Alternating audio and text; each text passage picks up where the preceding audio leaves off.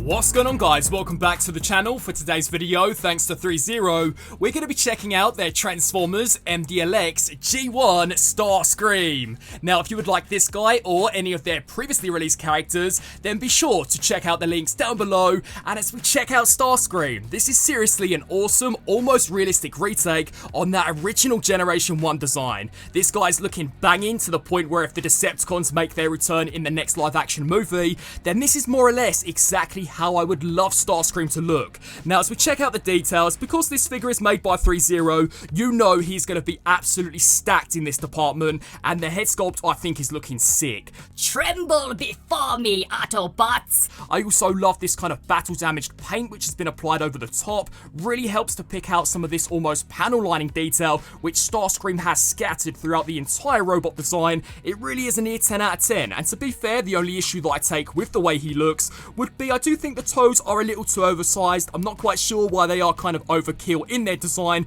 because they do appear to be quite disproportionate in comparison to the rest of the robot. And as we check him out here from the back, I'd argue this looks even better than the front. The inbuilt afterburners are looking brutal in their design, and I love how these tubes kind of peg into the smaller ones and then attach onto the side of the legs. And the jetpack I think is looking sick. I mean, look at all of those multi-layered mechanized panels surrounding the backpack of the jetpack, and a great attention to detail to kind of throw it back to his original G1 design would be the upside down Decepticon logo. So overall, a near straight 10 out of 10. This guy is seriously looking awesome, and at the moment I think is probably one of my favourite MDLX redesigns to date. Now, as we check out Starscream's accessories, up first, what would G1 Starscream be without his iconic Generation 1 inspired null rays? Much like the robot design though, these have been given kind of a great realistic retake, and these are looking sick. They can be shoulder mounted to again kind of throw it back to his original G1 roots, or alternatively you can rip these bad boys off and turn them into almost Cybertronian rifles. This guy can actually use them as proper handheld blasters, so he can get a little more precise with his aim and literally take Optimus Prime's head clean off. And in addition to those, Starscream is also packing kind of a new weapon, those being wing blades. Now these two have been super nicely sculpted and painted. They can actually store as part of the wing, which I thought was such a great attention to detail. Or again, much like the null ray, you can rip them clean off and turn them into actual handheld blades. So I thought that was some wicked integration.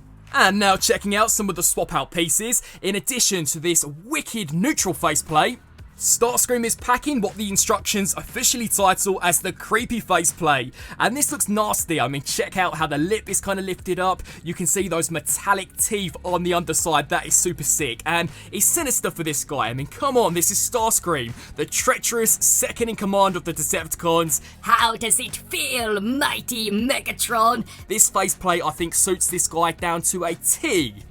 And this guy's an MDLX release, so you know he includes a shed ton of additional hands. So in addition to the pair of fisted hands, there are also a pair of relaxed hands, so you know maybe if Starscream's trying to catch Lord Megatron's attention, Lord Megatron, I'm over here, then you can whack these bad boys onto him. There's then a pair of dynamic gestured hands. Who interrupts my coronation? And to grab a hold of both the null rays and the wing blades, Starscream is finally packing a pair of gripping hands, which are kind of cool. You can also use these to hold some of the other MDLX accessories, such as the Matrix of Leadership, Rodimus Prime's awesome sniper rifle, so they're definitely kind of versatile. And then finally, because technically this does come as a separate piece in the box, we have Starscream's jetpack, which even on the underside has been so nicely sculpted and painted. This is also compatible with another character, which I will show off in just a bit. The only issue that I take with this would be that it's not articulated at all, so unfortunately the wings are permanently fixed at this angle. There's no way to hinge them up and down, you can't flex them forwards and backwards, which is a little limiting, especially when it comes to posability and articulation. And because this is really only held in via a pair of friction tabs, it also doesn't take much at all for this to quite literally not clean off Starscream's back. So in some ways I wish maybe there could have been some better design choices when it came to this, because I think it could have just been better in terms of functionality overall, but at least it definitely looks the part.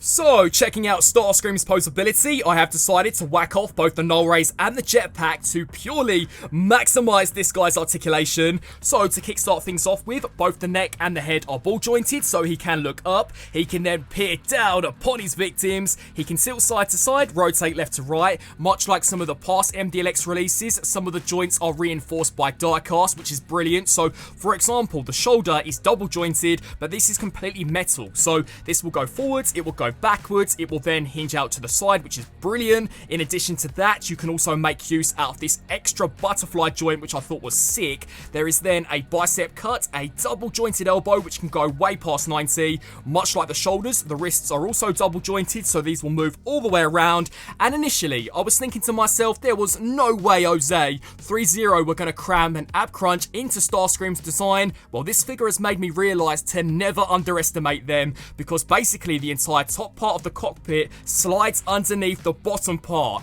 Now granted, it's not a great range, but let's all face it, considering that he does have a cockpit slap bang in center, that is pretty impressive. And as we check him out here from the back, it even exposes some additional spinal detail, so I thought that was pretty sick. When it comes to the waist, this will rotate all the way around, completely uncompromised. Much like some of the previous releases, the hip skirts are ball jointed, so these will move out to the side. Check out that die-cast hip joint, that is awesome. This can drop down. The hips will then move forwards, they will move backwards. There is a thigh joint, a double joint here at the knee, and look at those details which it reveals. That is so cool. There's even a spring-loaded mechanism so that when you straighten out the leg, this panel completely kind of conceals a hollow gap. So that is so wicked. As we check him out here from the front, if you take these panels and kind of flare them outwards, there is again double ball jointed ankles, so these can rotate all the way around, rock side to side, and the toe will pivot up and down. So in terms of posability, a near 10 out of 10, especially considering the nature of Starscream's design.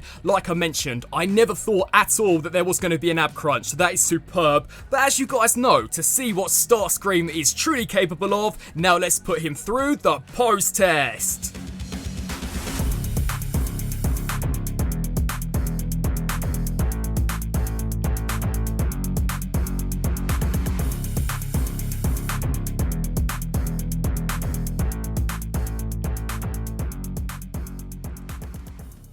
Now, checking out some comparisons, on the right hand side we have their MDLX Megatron, and surprisingly, Starscream is big. He's even bigger than Megatron, even head to head, so that's kind of crazy. I'm not quite sure if this MDLX line is supposed to scale specifically to how these characters looked in the original G1 series, but I would expect Megatron to maybe be a little bigger than Starscream and not the other way around. But at the moment, these two, along with the next comparison, are definitely some of my favourite designs to come from this MDLX line, and it is making me super excited for some of their future releases, such as Sideswipe. Here is how Starscream stacks up against their version of Optimus Prime, which again was another fantastic retake on that original character design. Next up, we have their version of Optimus Prime, who I will be whacking out once more just after this segment, as both of these can combine, which is a sick feature. And to kind of round off the comparisons when it specifically comes to these MDLX releases, here we have their version of Bumblebee. I would love to see Threezero's own take on a G1 Soundwave. I think that could look absolutely brutal. But for some general Hasbro mainline comparisons, here is how he sizes up against the likes of the Eartherized Starscream, the Transformers Siege Cybertronian Starscream, and then finally, one of the more recent mainline releases,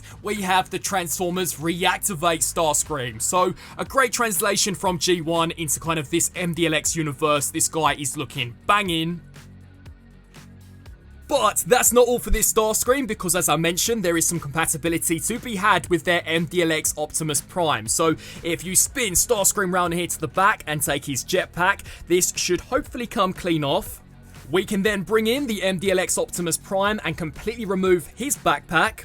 And then what you'll do is bring in Optimus Prime, bring in the jetpack, and these two should combine like an absolute dream. So there is Optimus Prime with Starscream's jetpack. This kind of creates 1 out of 2 looks. Personally, I think this looks brilliant. It would have been even cooler had Threezero engineered a way for the null rays to actually attach onto Prime's shoulders. But the second you give Optimus Prime a jetpack, he instantly becomes 10 times more badass. But the real reason why these pieces can combine is so that you can recreate that one scene in the original G1 series where Starscream is impersonating Optimus Prime. So you can pop off Prime's head, peg Starscream's on, almost use Prime's head as an actual mask. So I thought that was a sick attention to detail, especially as, like I said, it was based on one very small scene, which I don't believe ever happened again.